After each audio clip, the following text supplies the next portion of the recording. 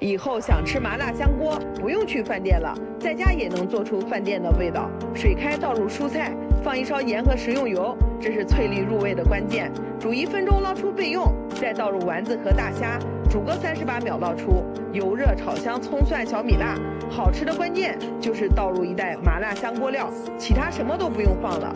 炒香后，倒入煮熟的大虾丸子和青菜，再次翻炒均匀，让大虾丸子都沾满酱汁，最后撒上芝麻和香菜即可出锅。麻辣鲜香，超级好吃，你也做起来吧！